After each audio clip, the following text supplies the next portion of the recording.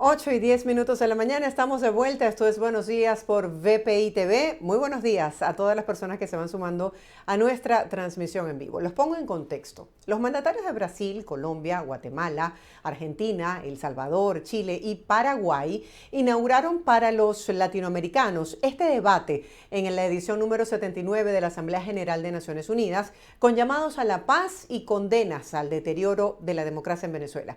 Para analizar estos temas de interés, tenemos con nosotros el día de hoy a nuestro compañero Alejandro Linares Mendoza. Alejandro, feliz día. Gracias por estar con nosotros. Bienvenido. Hola Marjorie, buen día para ti y para todo el equipo. ¿Cuáles de estas intervenciones llamó tu atención específicamente en el caso de Venezuela? Bueno, refiriéndose a Venezuela, hablando sobre Venezuela, estuvieron, por un lado, el presidente Gabriel Boric, presidente de Chile, quien formuló una de las denuncias o de las afirmaciones más duras sobre la situación política en Venezuela. También estuvo hablando el presidente de los Estados Unidos, Joe Biden, quien, por cierto, participa en esta Asamblea General y en esta reunión de alto nivel por última oportunidad. Luego también hay que destacar, por ejemplo, lo dicho por el presidente argentino Javier Milei, y aunque de una forma mucho más política, aunque de una manera mucho más diplomática, también es preciso subrayar lo mencionado por el presidente brasileño Luis Ignacio Lula da Silva, quien no habló directamente sobre Venezuela, pero sí insistió en la necesidad de respaldar las democracias en todo el continente. Alejandro, también me llama la atención que, por ejemplo, Giorgia Meloni instó a la comunidad internacional a levantar su voz en torno a la situación de Venezuela. Se había hablado de que de pronto la Unión Europea había tenido una posición tibia con respecto a la crisis en nuestro país. Sí, a ver, el tema Venezuela es fundamentalmente y principalmente un tema latinoamericano. La situación política en Venezuela, sobre todo la situación política posterior a las elecciones del 28 de julio, atañe principalmente a América Latina, pues son precisamente las naciones latinoamericanas las que se ven más afectadas por el tema político, la situación política, el escenario político en Venezuela. Sin embargo, del otro lado del Atlántico, Europa, sobre todo la Unión Europea, no ha estado desconectada de la situación en Venezuela. Hemos visto cómo, por ejemplo, España, el Reino de España, se ha vinculado directamente con lo que sucede en suelo venezolano. Luego también hemos visto pronunciamientos de la Unión Europea, pronunciamientos, por ejemplo, del señor Josep Borrell, quien es el jefe de la diplomacia europea, el jefe de los asuntos exteriores europeos.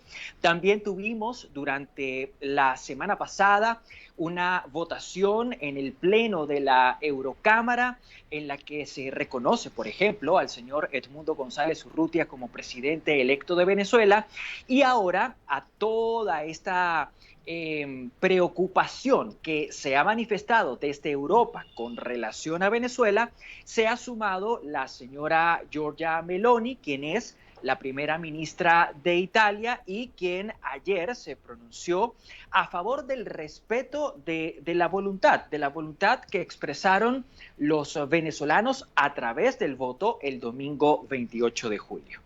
Ahora, vamos a hablar un poquito de historia, de cuál es la importancia de las Naciones Unidas, porque para algunas personas y algunos gobiernos lo han calificado de obsoleto. ¿Cuál es la trascendencia que tienen las consideraciones que hacen los gobernantes del mundo en medio de estas asambleas generales?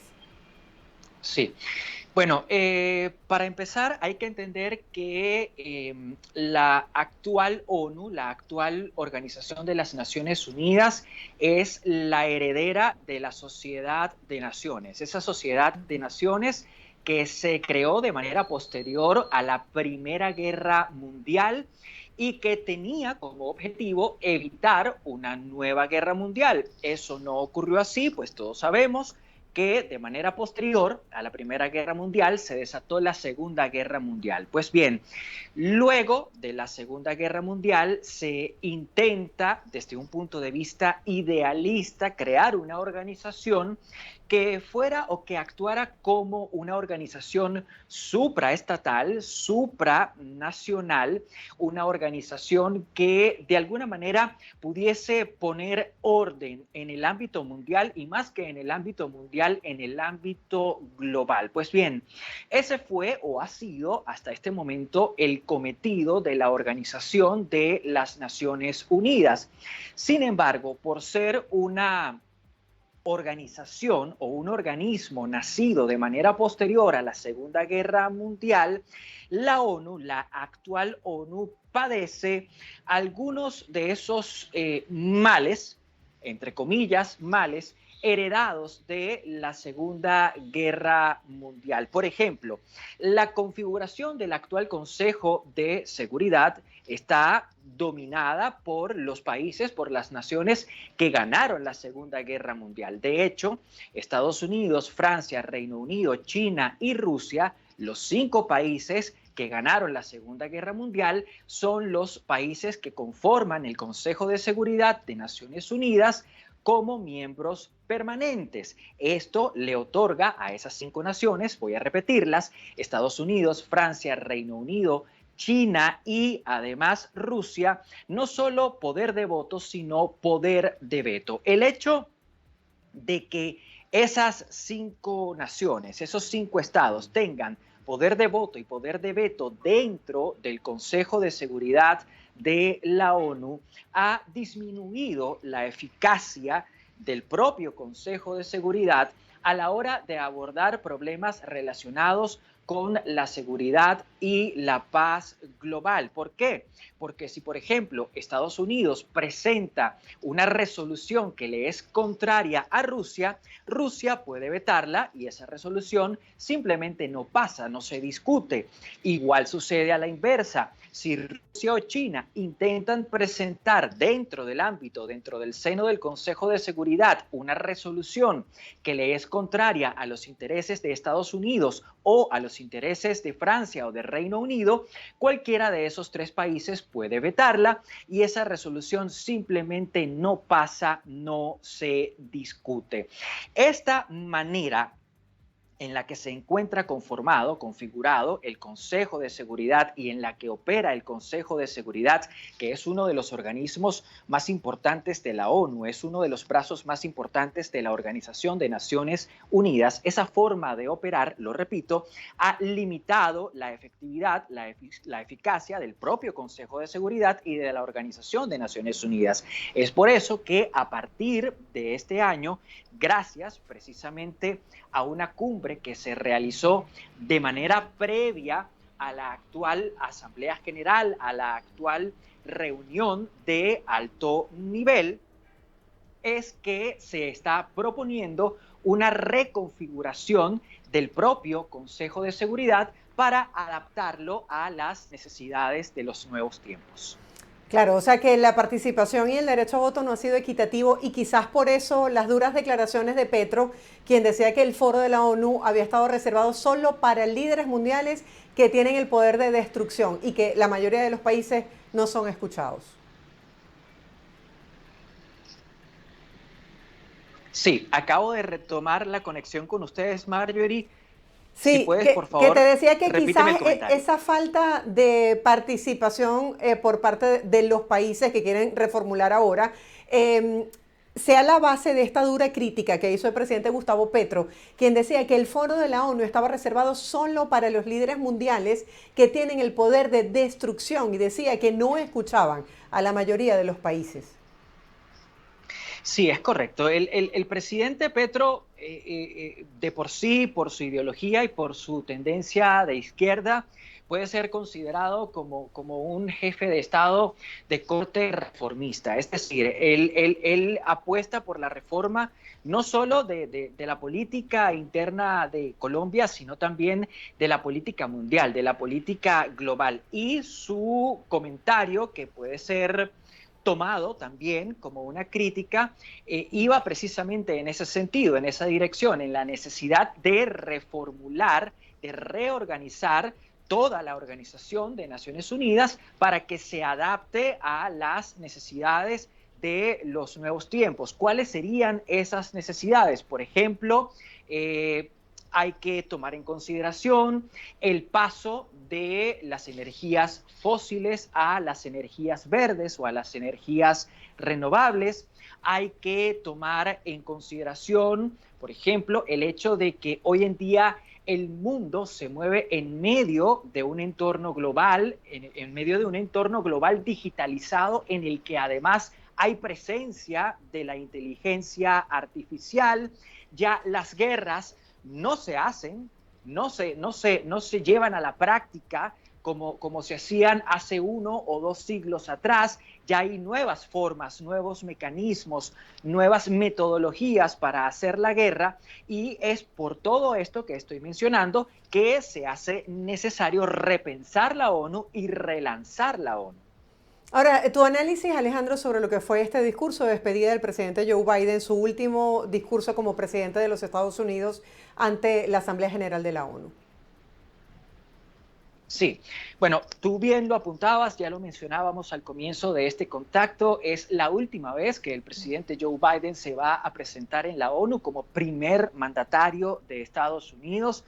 Ya hacia el año que viene, hacia la Asamblea General que viene, tendremos a un nuevo protagonista estadounidense, que puede ser bien el expresidente Donald Trump, quien intenta volver a llegar a la Casa Blanca, o podría ser incluso la vicepresidenta y actual candidata demócrata Kamala Harris. Sin embargo, volviendo al caso de Joe Biden, el presidente Biden, ya lo decíamos, habló sobre Venezuela, sobre la necesidad de hacer respetar la democracia venezolana, hacer respetar la voluntad que fue expresada por los venezolanos en las urnas electorales el domingo 28 de julio, pero el presidente Joe Biden también habló de 2 temas que son acuciantes y que son cruciales para Estados Unidos. Uno de ellos tiene que ver con la guerra que se desarrolla en Ucrania. Algunos especialistas han preferido por bautizar ese conflicto como la guerra ruso-ucraniana. Se trata de una guerra ya de largo aliento, una guerra que comenzó en el año 2022 y que ya supera los 2 años. Es una guerra en la que Ucrania de manera reciente ha estado ganando posiciones, sobre todo posiciones dentro del propio territorio ruso. Y por otro lado, el presidente Biden también habló del conflicto en Oriente Medio, un conflicto que en un comienzo inició siendo una confrontación entre el Estado de Israel y el grupo terrorista islámico Hamas, pero que ahora ha escalado y se ha convertido en un conflicto entre Israel, Hamas, pero también Israel y Hezbollah. Hezbollah, que es una organización terrorista islámica, una organización de corte chií, una organización que, al igual que Hamas, se encuentra apoyada por Irán y que desde sus posiciones en el sur del Líbano ha estado emprendiendo ataques contra el Estado de Israel. También me llama la atención conocer, más allá de estas deliberaciones que hacen los países sobre temas fundamentales que has explicado muy bien, en la práctica, ¿dónde van a parar esas ideas o consideraciones? A ver, estas ideas por lo general son discutidas, son debatidas a lo largo de todo el periodo de sesiones de la Asamblea General. Pues lo que nosotros estamos viendo, claro, tiene mayor preponderancia porque es la semana de alto nivel, es la semana en la que participan los jefes de Estado y de Gobierno, pero el más reciente periodo de sesiones de la Asamblea General, el 79, comenzó el 10 de septiembre, el 10 de este mes. A lo largo de todo el periodo ordinario de sesiones, del 79 periodo de sesiones de la Asamblea General, se van a estar discutiendo estas ideas para adoptar resoluciones que en teoría deberían ser aplicadas por los países. aquí entramos a una consideración que tanto tú como yo hemos debatido en otras ocasiones. Muchos insisten en culpar a las instituciones. Ciertamente, las instituciones tienen algo de responsabilidad, pero hay que entender que más allá de las instituciones, están los estados que forman parte de esas instituciones. Y si bien las resoluciones son discutidas, votadas y adoptadas dentro del seno de las instituciones, en este caso la Organización de las Naciones Unidas, la ejecución de esas resoluciones, es decir, el cumplimiento de las normas que son aprobadas por Naciones Unidas, está en las manos, o más bien queda en las manos de los estados y de sus gobernantes.